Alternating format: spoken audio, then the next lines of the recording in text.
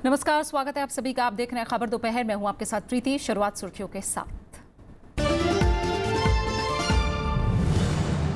गतिरोध की वजह से संसद में नहीं पेश हो सके अविश्वास प्रस्ताव के अलावा कई अहम विधेयक।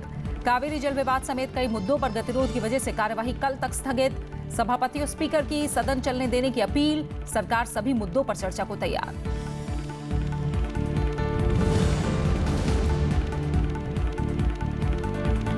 SC/ST कानून पर सुप्रीम कोर्ट के आदेश के खिलाफ केंद्र सरकार ने दाखिल की पुनर्विचार याचिका। बीजेपी का कांग्रेस पर मामले के राजनीतिकरण का आरोप। दलित संगठनों के भारत बंद को राहुल गांधी का समर्थन। रेल और सड़क यातायात बाधित।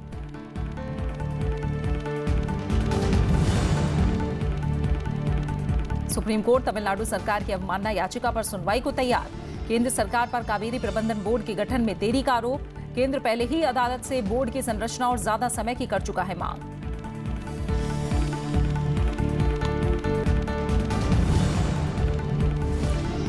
परिजनों को भारत में सौंपे जाएंगे। इराक में IS के द्वारा मारे गए 38 भारतीयों के पार्थिव शरीर। विदेश राज्य मंत्री परिजनों से मिलकर सौंपेंगे शव।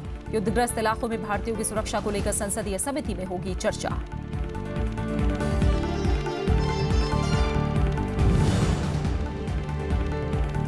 दिल्ली हाईकोर्ट CBSE के पेपर लीक मामले में अदालत की निगरानी में जांच संबंधी याचिका पर सुनवाई को तैयार।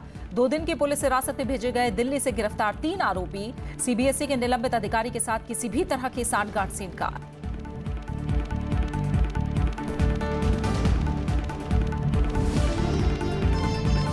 सबसे पहले बात संसद सत्र की। राज्यसभा में आज अलग अलग मुद्दों पर गतिरोध जारी रहा। गतिरोध की वजह से आज फिर सभापति एम वेंकैया नायडू को सदन की कार्यवाही दिन भर के लिए स्थगित करनी पड़ी। कार्यवाही शुरू होते समय Congress, Samajwadi party, BSP, AIADMK और TDP के सांसद अलग अलग मुद्दों को लेकर वेल में आ गए और नारेबाजी करने लगे, जिसकी वजह से कार्यवाही में गतिरोध पैदा हो गया। अवरोध के बीच सदन में कई अहम मंत्रालयों से जुड़े पत्र पेश किए गए। सभापति एम वेंकैया नायडू ने बार बार सांसदों से वापस अपनी सीट पर जाने का आग्रह किया और कार्यवाही चलने देने की अपील की। संसदीय कार्य राज्य मंत्री विजय गोयल ने भी कहा कि सरकार सभी मुद्दों पर चर्चा को तैयार है। उन्होंने सदन में कई अहम विधेयकों को पारित कराने की भी बात कही। बावजूद इसके सदन में अवरोध जारी रहा। Friends, I don't know what is happening. The entire country is watching. The entire country is watching. You don't bother about this. You want this scene of the parliament to be seen by the entire country. You are not going to achieve anything. You are not going to achieve anything. We are making mockery of the country system, parliamentary system. Please go back to your seats.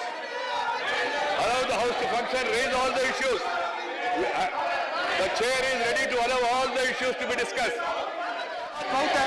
जब सरकार हर चर्चा के लिए तैयार है तो मेरी समझ से बाहर है कि विपक्ष ये शोर शराबा क्यों कर रहा है। Prevention of corruption amendment bill हमारे सामने पेंडिंग है, जो हम सरकार भ्रष्टाचार को समाप्त करना चाहती है और आप समाप्त नहीं होने दे रहे हैं, उसका साथ दे रहे हैं। हम चाहते हैं मोटर व्हीकल्स अमेंडमेंट बिल है, स्टेट बैंक का बिल है, प्रिवेंशन ऑफ करप्शन का मैंने बताया, मुस्लिम वुमेन का protection of rights on marriage का बिल है, विसल प्रोटेक्शन बिल है। और सरकार चाहती है कि महत्वपूर्ण जो मंत्रालय हैं उनके ऊपर डिस्कशन हो। Drinking water, culture, food processing, home affair. मेरी समझ से बाहर है कि लोग अपने अपने छोटे छोटे मुद्दे लेकर पूरे सदन के अंदर क्यों नहीं सदन को चलने देते हैं। सरकार जब चर्चा के लिए तैयार है, मेरी अपील है आप लोगों से कि आप लोग अपनी अपनी सीट के ऊपर जाएं। I don't know what is happening to you all.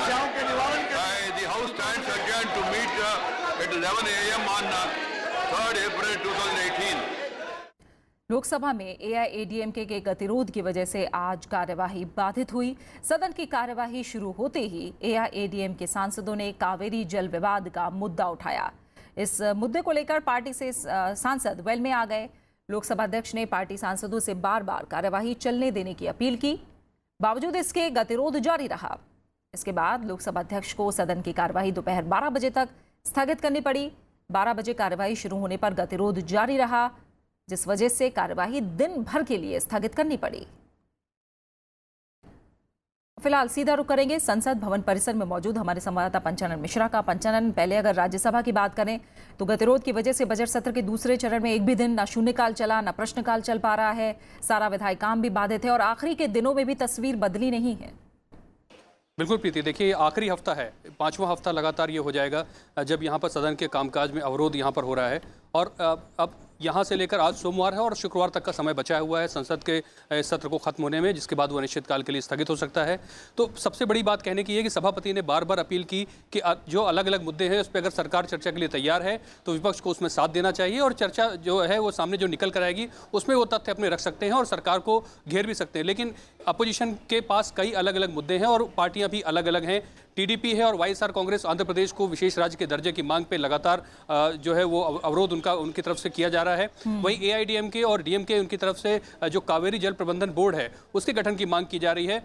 और ये जो कई सारे मुद्दे मिलकर जो ऐसा अवरोध पैदा कर रहे हैं जिसकी वजह से कार्यवाही चलने में मुश्किल आ रही है। और जो संसदीय कार्य राज्य मंत्री विजय गोयल है उन्होंने कई सारे बिलों को भी गिनाया कि पूरे सत्र के दौरान बिल पारित नहीं हो पाए और कई सारा कामकाज बचा हुआ है, उसको चलाने में सहयोग होना चाहिए, लेकिन उसका असर नहीं हुआ। और अंततः ये हुआ कि कार्यवाही को सुबह 11 बजे जब शुरू हुई तो कुछ मिनटों बाद ही दिन भर के लिए स्थगित करना पड़ा। तो ये आलम लगातार यहाँ अवरोध का बना हुआ है। हालांकि सरकार का कहना है कि विपक्ष से लगातार बात वो की जा रही है, लेकिन उसमें कोई जो गतिरोध है वो टूटता नजर नहीं आ रहा है। बिल्कुल, और कमोबेश यही मुद्दे लोकसभा में भी हैं। खुद जो लोकसभा अध्यक्ष है सुमित्रा महाजन ने बार बार अपील भी की और तमाम बैठकें करके गतिरोध दूर करने की और सदन को चलाने की गुजारिश भी तमाम दलों से की है, लेकिन कोई असर उसका भी नहीं दिख रहा है। लोकसभा में भी यही तस्वीर है।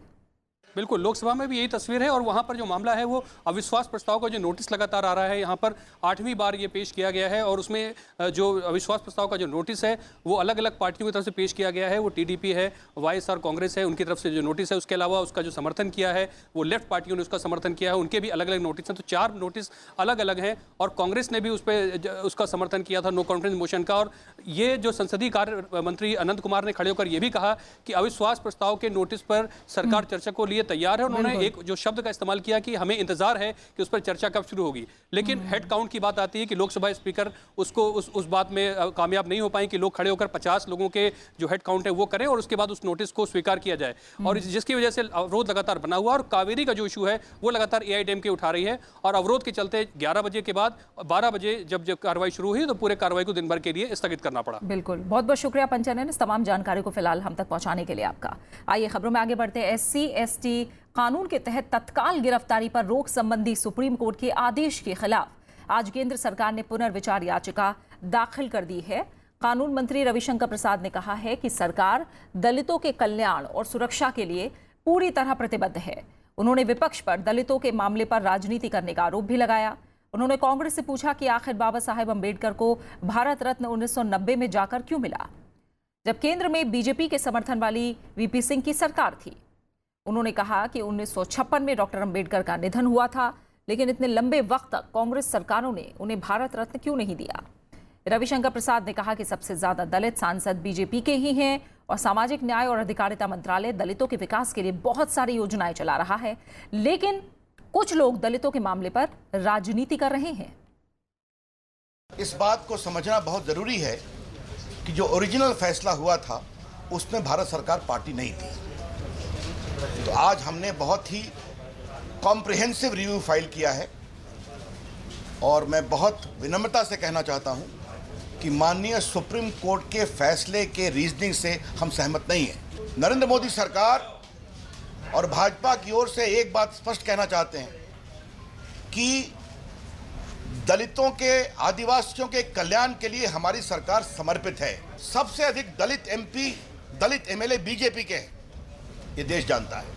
उनके लिए हमारी केंद्र सरकार काम करती है और हमारी प्रदेश सरकारें काम करती हैं। इसलिए आज कुछ लोग जो इस तरह की बातें कहने की कोशिश कर रहे हैं, तो एक प्रकार से राजनीति का विरोध, जैसे अभी मित्रवर मुख्तार अब्बास नकवी ने कहा 3 तलाक का विषय थोड़ा उनके अनुसार धीरे पड़ रहा है क्योंकि मामला राज्यसभा में पेंडिंग है तो इसे उठा लो।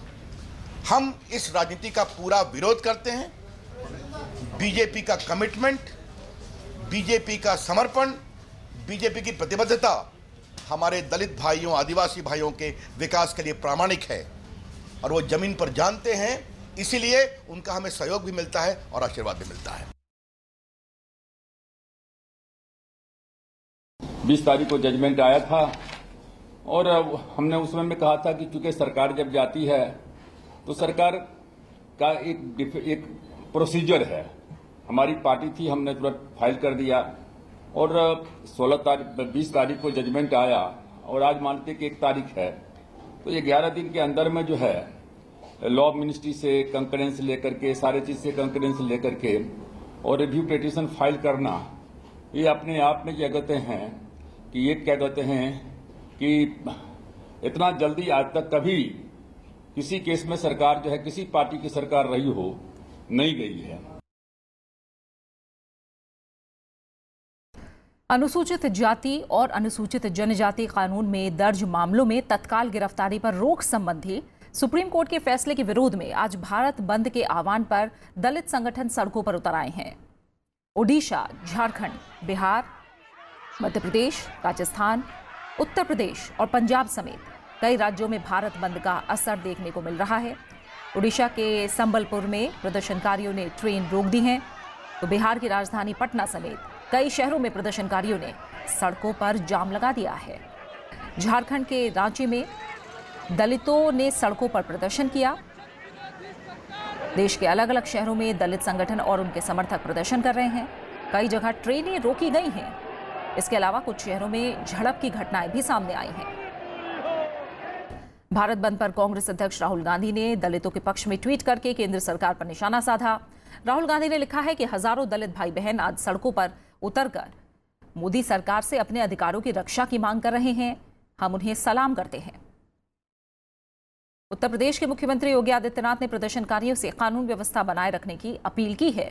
उन्होंने कहा कि केंद्र और राज्य सरकार पिछड़ी जातियों, एससी और एसटी के कल्याण के लिए काम करने को लेकर समर्पित है। हमारी पूरी संवेदना अनुसूचित जाति, जनजाति और वंचित तबके के सभी नागरिकों के प्रति है। उनके उत्थान के लिए, उनकी सुरक्षा के लिए हमारी सरकारें पूरी संवेदनशीलता के साथ, पूरी संजीदगी के साथ युद्ध स्तर पर कार्य कर रही है और आगे कार्य करने के लिए पूरी तरह प्रतिबद्ध भी है। मेरी उन सब से अपील है कि कोई भी ऐसी स्थिति कोई भी किसी भी स्थान पे न पैदा करें जिससे कानून व्यवस्था की स्थिति बिगड़ती हो। सुप्रीम कोर्ट कावेरी प्रबंधन बोर्ड का गठन नहीं करने पर केंद्र के खिलाफ तमिलनाडु सरकार की अवमानना याचिका पर सुनवाई को तैयार हो गया है। याचिका पर 9 अप्रैल को सुनवाई होगी। पीठ ने कहा कि पानी नहीं मिलने की तमिलनाडु की समस्या से कोर्ट अवगत है और इस मुद्दे को सुलझाया जाएगा। सुप्रीम कोर्ट ने 16 फरवरी के फैसले में कावेरी प्रबंधन बोर्ड के गठन का आदेश दिया था। इसका गठन 6 हफ्ते के भीतर होना था। केंद्र सरकार ने भी बीते दिनों याचिका दायर करके इस मसले पर और समय की मांग की थी। केंद्र की दलील थी कि कावेरी मैनेजमेंट बोर्ड के गठन पर तमिलनाडु और कर्नाटक की राय अलग अलग है। कर्नाटक बोर्ड के गठन का विरोध कर रहा है। हाल ही में डीएमके नेता एमके स्टालिन ने कहा था कि कावेरी प्रबंधन बोर्ड के गठन को लेकर केंद्र पर दबाव बनाने के लिए एआईएडीएमके को टीडीपी के अविश्वास प्रस्ताव के कदम का समर्थन करना चाहिए। तमिलनाडु में डीएमके की अगुवाई में विपक्षी पार्टियों ने 5 अप्रैल को राज्यव्यापी बंद का आह्वान किया है। कावेरी प्रबंधन बोर्ड की मांग को लेकर तमाम विपक्षी पार्टियां केंद्र सरकार के खिलाफ प्रदर्शन करेंगी। डीएमके के कार्यकारी अध्यक्ष एमके स्टालिन ने कई विपक्षी दलों के नेताओं के साथ रविवार को बैठक की। बैठक में तमिलनाडु कांग्रेस के अध्यक्ष एस थिरुनवुकुसरासर, वीसी के प्रमुख थिरुमवलवन, सीपीएम और सीपीआई के राज्य सचिव भी शामिल थे। बंद के लिए डीएमके ने किसानों और व्यापारियों समेत सभी से समर्थन की मांग की है। स्टालिन ने कहा कि बंद के बाद कावेरी राइट रिट्रीवल यात्रा का आयोजन किया जाएगा।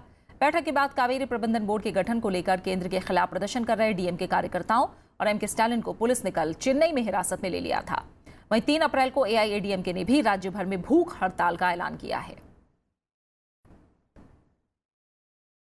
इराक में बंधक बनाकर मार दिए गए 38 भारतीयों के पार्थिव शरीर आज भारत लाए जा रहे हैं।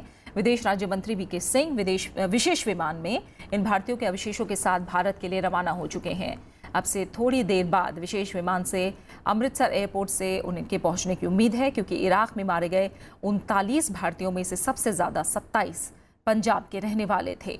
अमृतसर के बाद विशेष विमान को कोलकाता और उसके बाद पटना ले जाया जाएगा, जहां पार्थिव शरीर और मृत्यु प्रमाण पत्र राज्य सरकारों को सौंपे जाएंगे और पार्थिव शरीर को आगे परिजनों तक पहुंचाया जाएगा। 39 लोगों में से बिहार के रहने वाले राजू यादव का पार्थिव शरीर भारत नहीं लाया जा रहा है, क्योंकि उनकी डीएनए जांच पूरी नहीं हो पाई है। जून 2014 में इराक में मोसुल के आतंकवादी समूह ने 40 भारतीयों का अपहरण कर लिया था, जिनमें से एक भागने में कामयाब हो गया था और बाकी 39 लोगों को बदूश ले जाकर मार दिया गया था। विदेश मंत्री सुषमा स्वराज ने 20 मार्च को संसद में इन लोगों के जिंदा नहीं होने और अवशेष मिलने की जानकारी दी थी। दिल्ली हाईकोर्ट ने केंद्र सरकार और सीबीएसई के उस याचिका पर अपना पक्ष रखने के लिए कहा है जिसमें मांग की गई है कि सीबीएसई पेपर लीक मामले की जांच अदालत की निगरानी में कराई जाए। याचिका में ये मांग भी की गई है कि 10वीं की गणित की दोबारा परीक्षा जुलाई के बजाय अप्रैल में कराई जाए। इस पर भी हाईकोर्ट ने सीबीएसई से पूछा है कि 10वीं की गणित का पेपर दोबारा कराने को लेकर सीबीएसई की क्या योजना है। गैर सरकारी संगठन सोशल ज्यूरिस्ट की ओर से दायर इस याचिका पर दिल्ली हाईकोर्ट आज ही सुनवाई के लिए राजी हो गया था। इसके अलावा कोर्ट में अधिवक्ता अशोक अग्रवाल की तरफ से भी एक याचिका दाखिल की गई है, जिसमें मांग की गई है कि जो बच्चे 12वीं कक्षा के अर्थशास्त्र का पेपर दोबारा दे रहे हैं उनकी उत्तर पुस्तिकाओं की जांच नरमी से की जाए। वहीं एक याचिका सुप्रीम कोर्ट में दाखिल की गई है, जिसमें मांग की गई है कि मामले में जांच पूरी होने तक लीक हुए पेपर की दोबारा परीक्षा कराने पर रोक लगाई जाए। सुप्रीम कोर्ट याचिका पर 4 अप्रैल को सुनवाई करेगा। सीबीएसई पेपर लीक मामले में मानव संसाधन विकास मंत्रालय ने सीबीएसई के एक अधिकारी KS राणा को निलंबित कर दिया है। साथ ही मामले की औपचारिक जांच शुरू कर दी गई है। इस अधिकारी के खिलाफ ये कार्रवाई परीक्षा केंद्रों पर निगरानी व्यवस्था में लापरवाही बरतने के कारण की गई है। शिक्षा सचिव अनिल स्वरूप ने ट्वीट करके बताया कि मानव संसाधन विकास मंत्री प्रकाश जावड़ेकर के निर्देश पर यह कार्रवाई की गई है। प्रकाश जावड़ेकर ने इस मामले के दोषियों के खिलाफ तेजी से कार्रवाई करने को कहा है। इस बीच सीबीएसई पेपर लीक मामले में गिरफ्तार 3 आरोपियों को दिल्ली की एक अदालत ने कल 2 दिन की पुलिस हिरासत में भेज दिया। क्राइम ब्रांच ने कल सुबह ही तीनों को गिरफ्तार कर लिया था। दिल्ली के तीनों आरोपी 12वीं के अर्थशास्त्र का पेपर लीक करने में शामिल थे। पुलिस इस मामले में 60 से ज्यादा लोगों से पूछताछ कर चुकी है। सीबीएसई पेपर लीक मामले में एक के बाद एक कड़ी का खुलासा हो रहा है। मामले की जांच में जुटी दिल्ली पुलिस ने रविवार को 3 लोगों को इस मामले में गिरफ्तार किया। इसमें दिल्ली के निजी स्कूल के 2 शिक्षक और एक ट्यूटर शामिल है। इन्हें पहले पूछताछ के लिए हिरासत में लिया गया था। इस मामले में अब तक 60 से ज्यादा लोगों से पूछताछ की गई है। इससे पहले झारखंड के चतरा से एक कोचिंग इंस्टीट्यूट के 2 निदेशकों को गिरफ्तार किया जा चुका है। तो जो चेन बनी है वो इस तरीके की बनी है कि जो बेनिफिशियरी है उसको तौकीर ने भेजा, तौकीर को रोहित जो टीचर है उसने भेजा और ये उसके ऋषभ जो दूसरा टीचर है उसके कहने पे भेजा है। तो इस तरीके की सीक्वेंस है। इन लोगों को तीनों को गिरफ्तार किया गया है। 2 दिन का पुलिस कस्टडी रिमांड इनका मिला है। इनको और इनसे पूछताछ होगी और जानने की कोशिश की जाएगी कि इस क्या कंप्लीट नेटवर्क है और कितने लोग इसके बेनिफिशरीज हैं। दिल्ली पुलिस को गूगल से मांगी जानकारी भी मिल गई है। इससे उस ईमेल आईडी की पहचान हुई है जिससे सीबीएसई अध्यक्ष को 10वीं कक्षा के गणित के पेपर लीक होने के बारे में एक मेल भेजा गया था। 10वीं कक्षा के एक छात्र ने अपने पिता के ईमेल आईडी से बोर्ड अध्यक्ष को पेपर लीक की शिकायत दी थी। पुलिस छात्र और उसके पिता से भी पूछताछ कर रही है। सीबीएसई ने ईमेल और पत्रों के जरिए मिली कुछ शिकायतों के बारे में दिल्ली पुलिस को जानकारी दी है। नहीं, सीबीएसई से हमको पूरा कोऑपरेशन मिल रहा है इस स्टेज पे और हम सारी चीज जो हमें जानकारी चाहिए वो हमें दे रहे हैं। बहुत सारी चीजें हैं जो अभी इन्वेस्टिगेशन का विषय है। अभी इस इन्वेस्टिगेशन काफी सेंसिटिव स्टेज पे है। सीबीएसई ने 12वीं कक्षा का हिंदी वैकल्पिक प्रश्न पत्र लीक होने से इनकार किया है। सीबीएसई ने बयान में कहा कि सोशल मीडिया पर जो प्रश्न पत्र सर्कुलेट किया जा रहा है वो या तो फर्जी है या फिर पिछले साल का है। सीबीएसई ने शुक्रवार को 12वीं के अर्थशास्त्र का पेपर 25 अप्रैल को कराने का ऐलान किया था। साथ ही 10वीं का गणित का पेपर जुलाई में हो सकता है। दूसरी तरफ सीबीएसई के दोबारा परीक्षा कराने के फैसले को लेकर विरोध प्रदर्शनों का दौर जारी है। Bureau report, Rajya Sabha TV. CBSE के बाद अब मध्य प्रदेश में फूड कॉर्पोरेशन ऑफ इंडिया की परीक्षा के पेपर लीक होने का मामला सामने आया है।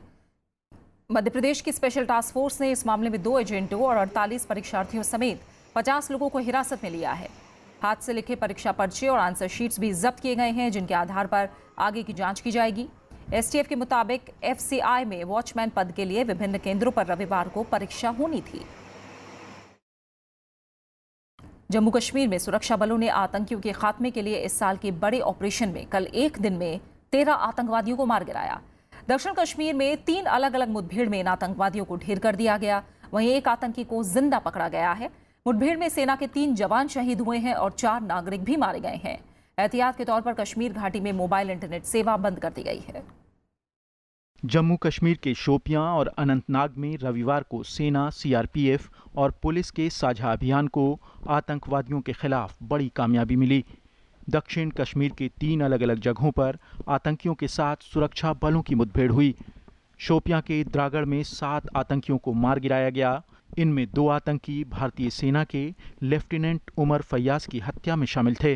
Out of the 7 terrorists killed in the second operation, we also have information that we have killed 2 of the terrorists who were involved in the killing of Lieutenant Umar Fayaz in May.